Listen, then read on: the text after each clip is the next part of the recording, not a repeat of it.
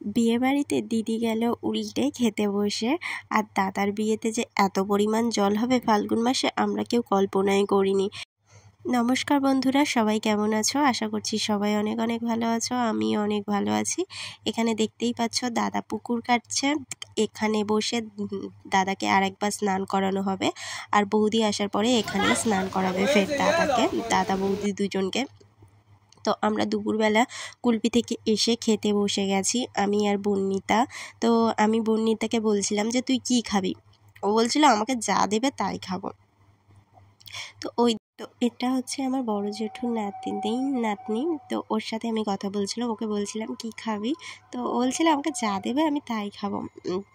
তো আমি ওকে বলছিলাম যে আমরা সবাই ভালো কিছু খাবো, মাংস টাংস খাবো, আর তোকে না আমরা ডাল ভাত দেবো। ওর শুনে গাল হাঁ হয়ে গেছিলো।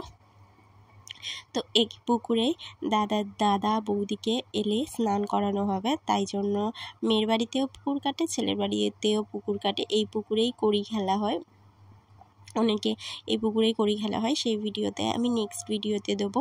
আর এখানটায় আমরা সবাই রেডি হয়ে বেরিয়ে গেছি গাড়িতে করে। এই জিও গাড়ি করা হয়েছিল আমাদের, এখানে এই গাড়িটা চল আছে।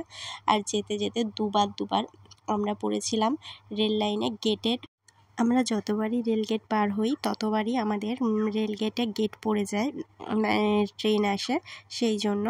তো আমরা এখানটায় যেতে যেতে দেখছিলাম একটা ঘোড়ার গাড়ি খুব সুন্দরভাবে ব্যঞ্জন করে যাচ্ছে। তো সেটার ফুটেজ নিলাম। প্রায় আমরা বিয়েবাড়িতে যেতে দেখেছি প্রায় 6টা কি 7টা বরের গাড়ি যাচ্ছে।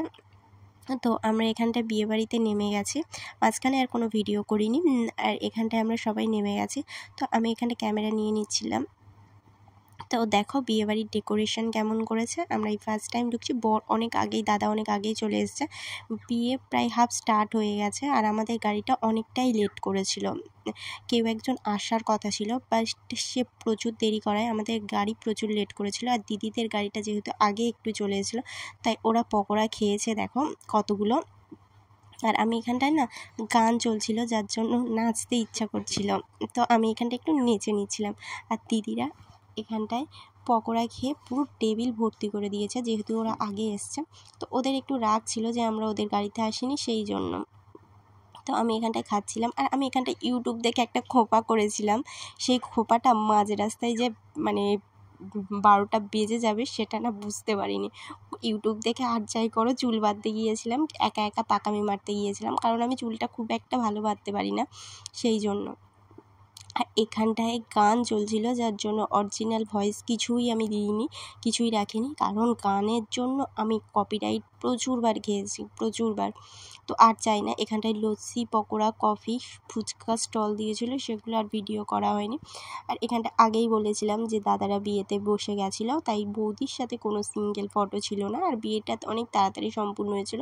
আর বিয়ের আশপাশে সব মানে বৌদির বাড়ির লোক, দাদার বন্ধুরা ভর্তি হয়েছিল, তাই আমরা ওখানটায় একটুও প্লেস পাইনি ভিডিও করার জন্য বা মাঝে মাঝে একটু করে গিয়ে ফুটেজ নিয়েছিলাম কিছু। আর আমরা এখানটায় বাড়ির সবাই মিলে, দিদিরা, বোনেরা, জামাইবাবুরা সবাই মিলে আড্ডা মারছিলাম অন্যদিকে।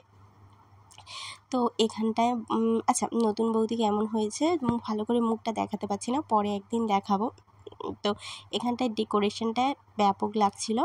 আর এখানটায় না ধোঁয়া হচ্ছিল, আগুন জ্বালিয়েছিল 7 পাকে বাঁধার সময়, ধোঁয়া হচ্ছিল প্রচুর পরিমাণে। আর আমার বিয়েতেও এরকম ধোঁয়া প্রচুর হয়েছিল। আর দাদা বৌদির তো মুখটাই দেখতে পাচ্ছি না এত ধোঁয়ার জন্য। আর দাদাদের বিয়েটা অনেক তাড়াতাড়ি যেহেতু লগ্ন ছিল, সেই জন্য অনেক তাড়াতাড়ি শেষ হয়ে গেছিলো। প্রায় 9:30টার সময় সমস্ত বিয়ে কমপ্লিট হয়ে গেছিলো। বিয়ের দিনে বরকে সম্পূর্ণ শালিদের হাতেই ছেড়ে দিতে হয়, তাই জন্য আমরা আশেপাশে আমাদের বাড়ির লোক কেউই ছিলাম না। আর বেশিরভাগ 2-3টে জামাইবাবু আর আদার্স বন্ধুবান্ধব ছিল, আর তেমন কেউ ছিল না। আর আমরা এখানটায় সবাই মিলে বাড়ির লোকেরা বসে গল্প করছি। আর বৌদিকে কী বলছিলাম আমি ভুলে গেছি। আর দিদি, বৌদি সবাই মিলে, আর আমি মাথা বেঁধেছিলাম, সেই গার্ডারটা আমার আঙুলে করে নিয়েই ঘুরছিলাম, কারণ আবার চুল বেঁধে যাওয়ার সময় বিনুনি করে যাব, কারণ চুলটা আমার খুলে রাখলে না ওই গাড়িতে যাব খুব বাজে হয়ে যাবে। আর এখানটাই সেই অমূল্য ফুটেজটা, যেটা আমি ক্যাপচার হয়নি, কিন্তু এখানটায় দিদিকেই বলেছিলাম একটু ভিডিও করে সবাইকে দেখাতে। তো ও যে এইভাবে পড়ে গিয়ে আমার সবার হাসি ওই হেসে হেসে পাগল হয়ে গেছে। সবাইকে দেখাতে গিয়ে ও যে পড়ে যাবে সেটা আমি ভাবতেও পারিনি। তো ওখানটায় না অ্যাকচুয়ালি কাদা হয়েছে, বৃষ্টি হয়েছিল সকালবেলা, তোমাদেরকে বললাম। তো ও এখানটায় পড়ে গেছিলো, আর তারপরে কোনো ফুটেজ নেই, শুধু কাদামাটি, তোমরা দেখেই বুঝতে পারছো। তো এখানটায় কাদার জন্য প্রচুর পরিমাণে কাদা, যে গ্রামের দিকে যেহেতু একটু কাদা ছিল সেই জন্য না চেয়ারটা ডেবে গিয়েছিল, আর ওখানটায় সবাই হাসছিলাম। একটা মানুষ যে পড়ে গেলে তাকে তুলতে হয় তা না করে আমরা সবাই হাসছিলাম। আর লাস্টে আমি আমার ফোনটাকে ছুঁড়েই দেবে এরকম ভাব এসছিল। তো লাস্টে ফোনটাকে ফেলে দিয়েছিল ও, আর ভিডিও করা হয়নি। আমি ফোনটাকে আমার বরমশাইয়ের কাছে দিয়ে দিয়েছিলাম। আর বিয়ের শেষে কেউ ছিল না, দিদি লাস্টে এদিকে বসেছিল। আমরা খাওয়া হয়ে গেছে আর বর এসেছিলো, একটু ভিডিও করছিল সেই জন্য। আচ্ছা, দেখা হচ্ছে নেক্সট ভিডিওতে। ভিডিওটা তোমাদের কেমন লাগলো কমেন্টে জানিও। আর বউ আসার ভিডিও পরের ভিডিওতে আসছে। টাটা, ততক্ষণের জন্য সবাইকে বাই।